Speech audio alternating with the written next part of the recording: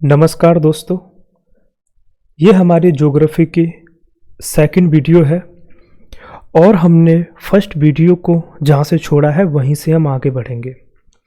इस वीडियो के माध्यम से हम ये समझेंगे कि भारत की स्थलाकृतियों का जो विकास हुआ है वो कौन कौन से ईरा के अंतर्गत हुआ है। इसके बाद फिर हम शुरू करेंगे भारत की स्थलाकृतियों को। तो एक प्रकार से अगर देखा जाए तो ये एक बेसिक क्लास है भारत की स्थलाकृतियों को शुरू करने से पहले। दोस्तों हमने इतिहास की क्लास में पढ़ा था कि पृथ्वी का 400 करोड़ साल पुराना अपना एक इतिहास है और इन्हें 4 भागों में बांटा जाता है जिन्हें हम ईरा कहते हैं। सबसे पहला है आर्कियन, दूसरा पैलेजोइक, तीसरा मेसोजोइक और चौथा है सेनेजोइक। अगर हम ईरा को भी डिवाइड करें तो वो उसे हम पीरियड में करते हैं। तो आर्कियन का जो एक पीरियड है वो है प्री कैम्ब्रियन। प्री कैम्ब्रियन को भी हम 4 पार्ट्स में डिवाइड करते हैं, कैम्ब्रियन, धारवाड़, कुडप्पा और विंध्यन। ये भारत में जो स्थलाकृतियों का निर्माण हो रहा था उसके अनुसार है। जो हम पढ़ने वाले हैं नंबर 1 पर पढ़ेंगे कैम्ब्रियन, धारवाड़, कुडप्पा और विंध्यन, और फिर नंबर 5 पर पढ़ेंगे पैलेजोइक और सेनेजोइक, मेसोजोइक फिर सेनेजोइक। तो हम इन 7 पार्ट्स में डिवाइड करके भारतीय स्थलाकृतियों को समझने की कोशिश करेंगे। तो चलिए आइए समझते हैं। सबसे पहले जो मैंने कहा प्री कैम्ब्रियन को 4 पार्ट्स में डिवाइड किया गया है। पहला है आर्कियन। अगर हम आर्कियन की बात करें ये कहां पर है तो दक्षिण के जितने भी पर्वतीय क्षेत्र हैं, मतलब कुछ पर्वतीय क्षेत्र और अरावली क्षेत्र और बुंदेलखंड का पठार, ये आर्कियन टाइम के हैं। इनका जो निर्माण है आग्नेय चट्टान व कायांतरित चट्टानों के निर्माण से हुआ है। आग्नेय चट्टान का मतलब जो कि ज्वालामुखी प्रक्रिया के कारण सतह पर आते हैं उन्हें हम आग्नेय चट्टान कहते हैं, और जब दबाव और ताप के अनुसार इनमें जो परिवर्तन होता है उन्हें हम कायांतरित कहते हैं। तो कायांतरण तो एक प्रकार से देखा जाए तो लंबे समय से जो भी स्थलाकृतियां उपस्थित हैं तो वो कायांतरित होती रहती हैं। आग्नेय चट्टान जमीन के नीचे से जो ज्वालामुखी आ रहा है और सतह पर आकर के जो अपनी आकृति बनाते हैं, जो पहाड़ बनते हैं, उनको हम आग्नेय चट्टान कहते हैं। इनका जो निर्माण हुआ है वह ग्रेनाइट और नीस से हुआ है। केवल बुंदेलखंड के पठार और अरावली पर्वतीय क्षेत्र ही ऐसे हैं जो सतह पर नजर आते हैं, बाकी नीचे जा चुके हैं। अब नीचे क्यों जा चुके हैं इन्हें समझते हैं। कोई भी संरचना उपस्थित है ऊपर तो इस पर लगातार दाब और जो सूर्य का ताप है उसका प्रभाव है इस पर, तो इसका विखंडन होता है धीरे धीरे विखंडन होने के बाद अवसादों के निक्षेपण से ये अपने आप नीचे चली जाती है। इसीलिए बुंदेलखंड का पठार और अरावली पर्वत श्रेणी ही 2 ऐसी हैं जो कि सतह पर नजर आती हैं। चूंकि इस समय तक कार्बन धरती पर उपस्थित नहीं था तो जीवाश्म नहीं पाए जाते, मतलब इस समय तक जीवन नहीं था, कोई जीव नहीं था। अब ये जो संरचनाएं पाई जाती हैं आर्कियन की, ये कुछ कर्नाटक में है, तमिलनाडु, आंध्र प्रदेश, मध्य प्रदेश, उड़ीसा, छोटा नागपुर का पठार और मेघालय का पठार, दक्षिण पूर्वी राजस्थान और बुंदेलखंड।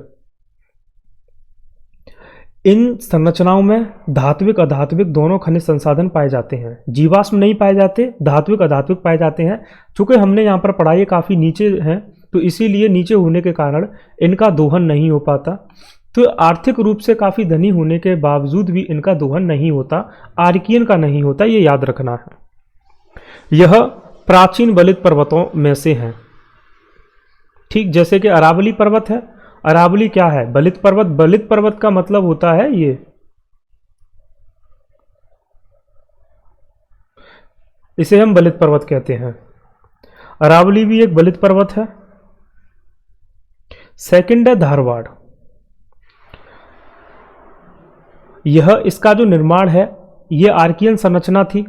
आर्कियन का जब इसके कायांतरण हुआ, भौतिक और रासायनिक परिवर्तन हुए, इसके अवसाद जब ये टूटना शुरू हुए तो इनके अवसाद के निक्षेपण से धारवाड़ का विकास हुआ है।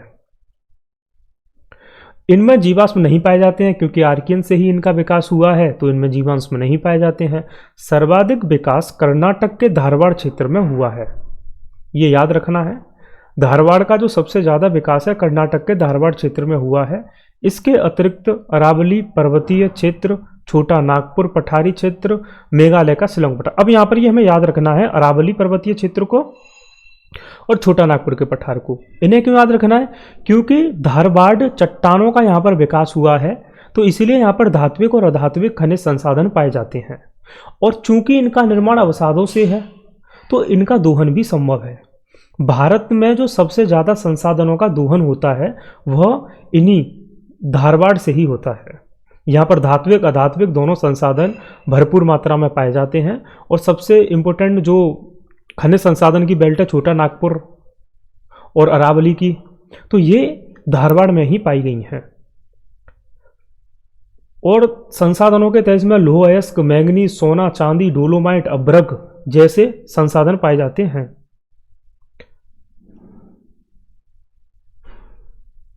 अगला है कुडप्पा। धारवाड़ संरचना के अपरदन से निर्माण हुआ है। सबसे पहले आर्कियन, इसका अपरदन हुआ तो यहां पर बना धारवाड़, और इसके अपरदन से बना कुडप्पा, यानी कि आर्कियन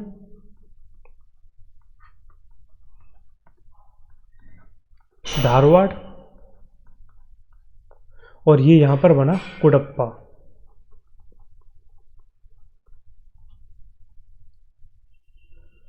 यहां पर चूना पत्थर की अधिकता पाई जाती है, जीवाश्म नहीं पाए जाते। याद रखना है, आर्कियन, धारवाड़, कुडप्पा तीनों में ही जीवाश्म नहीं पाए जाते क्योंकि इस समय पर जीवन नहीं था। और इसका जो सर्वाधिक विकास हुआ है आंध्र प्रदेश के कुडप्पा में हुआ है। धारवाड़ का विकास सबसे ज्यादा कर्नाटक के धारवाड़ में हुआ है, तो इसका जो विकास है आंध्र प्रदेश के कुडप्पा क्षेत्र में हुआ, इसीलिए इसका नाम कुडप्पा है। धारवाड़ का नाम कर्नाटक के धारवाड़ में होने के कारण इसका भी नाम धारवाड़ है। लेकिन तमिलनाडु की सेवरॉय जेवादी पर्वत क्षेत्रों में भी इसका विकास हुआ है। चूंकि इसका निर्माण अवसादों से हुआ है, संसाधन उतने अधिक नहीं पाए जाते, तो यहां पर बलुआ पत्थर, चूना पत्थर, संगमरमर के पत्थर यहां पाए जाते हैं। चौथा है विंध्यन।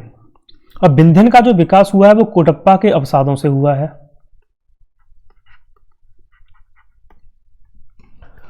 ये बिहार के सासाराम से लेकर के राजस्थान के चित्तौड़ तक है, यानी कि बिहार के सासाराम से लेकर के चित्तौड़गढ़ तक इसका विकास पाया जाता है। धात्विक संसाधन इसमें नहीं पाए जाते, ये इसकी एक खास बात है।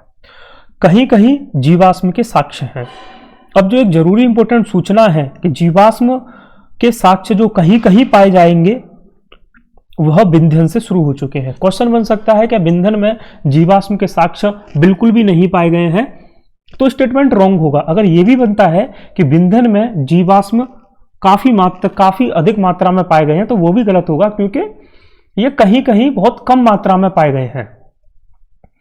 बलुआ पत्थर, चूना पत्थर अधिक मात्रा में पाए गए हैं, ये इसकी खास विशेषता है।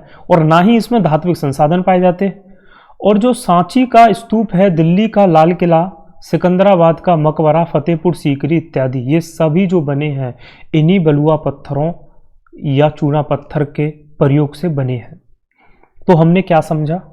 सबसे पहले आता है आर्कियन, आर्कियन के बाद धारवाड़, धारवाड़ के बाद कुडप्पा, कुडप्पा के बाद आता है विंध्यन। तो ये जो चारों हैं ये चारों ही प्री कैम्ब्रियन समय के हैं।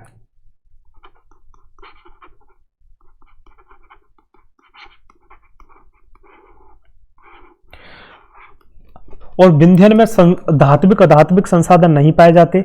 आर्कियन में तो पाए जाते हैं लेकिन उनका दोहन नहीं हो पाता। धारवाड़ में पाए जाते हैं, उनका दोहन हो पाता है, सबसे ज्यादा दोहन धारवाड़ से ही होता है। जीवाश्म नहीं पाए जाते इसमें। और धारवाड़ का सबसे अधिक जो विकास है कर्नाटक के धारवाड़ क्षेत्र में हुआ है। और जो कुडप्पा है यहाँ ये फेमस है ज़्यादातर किसके लिए? आंध्र प्रदेश के कुडप्पा के नाम पर भी इसका नाम कुडप्पा ही रखा। तमिलनाडु के सेवरॉय और जवादी जो क्षेत्र है वहाँ पर भी ये पाई जाती है। बलुआ पत्थर, चूना पत्थर हेतु ये काफ़ी फेमस है। अगर हम ईंधन की बात करें तो यहाँ धात्विक संसाधन नहीं पाए जाते, यहाँ पर कहीं कहीं हमें जीवाश्म देखने को मिलते हैं। तो इसका मतलब साफ है कि अब आर्कियन के जो प्री कैम्ब्रियन के बाद का जो टाइम आने वाला है वहां पर हमें जीवाश्म देखने को अब मिल सकता है। अब जो सेकंड ईरा है वो है पैलियोजोइक। पैलियोजोइक में जो भारत में जिस संरचना का निर्माण हुआ वो है गोंडवाना। अब गोंडवाना में भी किन संरचनाओं का विकास हुआ, तो सबसे पहले हमें समझना चाहिए दामोदर नदी घाटी, महानदी घाटी, गोदावरी नदी घाटी, सोन नदी घाटी, नर्मदा नदी घाटी, यानी कि गोंडवाना के समय पर इन नदी घाटियों का विकास हुआ है। और इन नदी घाटियों में विटुमिनस प्रकार का कोयला पाया जाता है। और इसका जो गोंडवाना का निर्माण हुआ है वो भू संचरण की प्रक्रिया के परिणाम स्वरूप हुआ, यानी कि कैसे, मान के चलना ये गोदावरी घाटी है, हुगली नदी में मिल जाती है गोदावरी, और इधर नर्मदा घाटी समझ लें, इसके ऊपर विंध्य पर्वत श्रृंखला है और इसके साउथ में सतपुड़ा पर्वत श्रृंखला है। अब इनका जो निर्माण हुआ है ना, ये भ्रंशन से हुआ है, धसाव का परिणाम है। तब ये पत्थर एक दूसरे से अलग होना शुरू हुए तो बीच में ये जो घाटी बनी नर्मदा घाटी कहलाई। ठीक वैसे ही दामोदर घाटी कहलाई। दामोदर भी घाटी है, नर्मदा भी घाटी है, और महानदी जो है वो भी एक तरह से घाटी में बहती है, और सोन नदी भी घाटी में बहती है, और नर्मदा भी। तो इनके इर्द गिर्द जो क्षेत्रों का विकास हुआ है यहां सर्वाधिक मात्रा में कोयला पाया जाता है, तो इसे हम कहते हैं गोंडवाना। भारत में जो सबसे ज्यादा कोयला पाया जाता है वो गोंडवाना क्षेत्र में ही पाया जाता है। अगला जो ईरा शुरू होता है तीसरा, उसे हम कहते हैं मेसोजोइक। इसे ध्यान से समझना है। इसके समय पर डक्कन ट्रैप का निर्माण होता है। किससे? ज्वालामुखी प्रक्रिया के द्वारा बेसाल्ट चट्टानों से। अब डक्कन ट्रैप के भी अतिरिक्त तो गुजरात के काठियावाड़, कर्नाटक के बेंगलुरु, मैसूर का पठार, तमिलनाडु के कोयम्बटूर का पठार, आंध्र प्रदेश और तेलंगाना के पठार, चोटा नागपुर का पठार और राजमहल पर्वत श्रेणियां, यानी कि दक्षिण भारत में जितने भी पठार हमें देखने को मिलते हैं छोटा नागपुर को मिलाकर के, यह सब मेसोजोइक में इनका विकास होता है ज्वालामुखी प्रक्रिया के द्वारा बेसाल्टिक चट्टानों से। और भारत में खनिज संसाधन से संपन्न है, क्योंकि ये कहीं ना कहीं अगर देखा जाए तो ज्वालामुखी से अगर इनका निर्माण हो रहा है तो खनिज संसाधन यहाँ पाए जाएंगे। और बेसाल्ट चट्टानों के अपरदन से ही काली मृदा का निर्माण हुआ है। चूंकि इनका निर्माण ज्वालामुखी से हो रहा है तो जाहिर है कि यहाँ पर जीवाश्म नहीं पाया जाएगा। लेकिन गोंडवाना का जो निर्माण है, जो धसाव को जो भूसंचरण के कारण हुआ है, तो कोयला पाया जाता है, तो कोयला एक प्रकार से जीवाश्म ही है। आगे ये देखें आप, इधर ये है डक्कन और ये है काठियावाड़, इधर है छोटा नागपुर का पठार, और इधर मिलेगा आपको बेंगलोर और मैसूर का पठार, इधर कोयम्बटूर का पठार, इधर तेलंगाना का पठार। तो ये जितने भी पठारी क्षेत्र हैं ये कहीं ना कहीं हमें मेसोजोइक में ही देखने को मिलते हैं। अगला जो लास्ट है उसे हम कहते हैं सेनेजोइक। ये जो सेनेजोइक है इसका विकास दो उपकालों में हुआ है। सेनेजोइक को भी हम 2 पार्ट्स में डिवाइड करते हैं, पहला टर्सरी, दूसरा क्वार्टररी। अब क्वार्टररी को हम 2 पार्ट्स में डिवाइड करते हैं, प्लेस्टोसीन एंड होलोसीन। प्लेस्टोसीन में हिमालय का निर्माण होता है, होलोसीन में उत्तर भारत का निर्माण होता है। यानी कि अगर देखा जाए तो उत्तर भारत का मैदान हिमालय की तुलना में नया है, और आधुनिक मानव जो हमें देखने को मिलता है वो होलोसीन युग में ही देखने को मिलता है। अब ये जो हमने जाना एक प्रकार से भारतीय स्थलाकृतियों का विकास क्रम जाना। इनके अंतर्गत हमने जाना कर्नाटक के कोडप्पा को,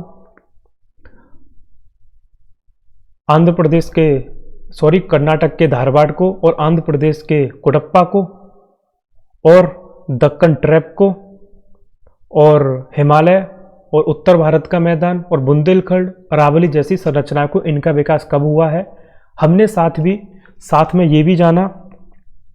तो सबसे पहले हम यहाँ ये लिखते हैं कि हमने इसके माध्यम से क्या क्या जानकारी प्राप्त की। नंबर 1, विकास क्रम,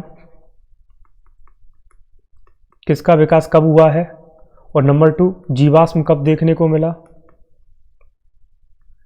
और ये किस किस संरचनाओं में देखने को मिलता है और सबसे पहले कहाँ मिला और किन किन में देखने को नहीं मिलता है। तीसरा धात्विक व अधात्विक।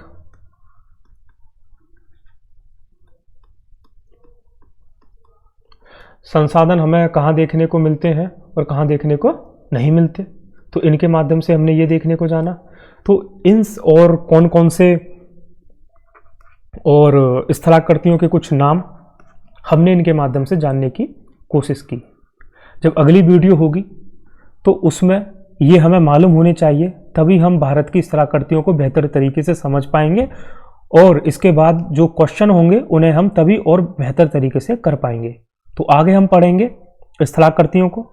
आपको मैं दिखा देता हूँ आगे हमें क्या पढ़ना है। आगे हमें पढ़ना है भारत का भू आकृतिक प्रदेश, ठीक, जिसमें कि हम उत्तर और उत्तर पूर्वी हिमालय के बारे में, उत्तर भारत के मैदान के बारे में, भारतीय मरुस्थल के बारे में और प्रायद्वीपीय पठार के बारे में और तटीय मैदान और भारत के द्वीपीय समूह के बारे में हम जानेंगे।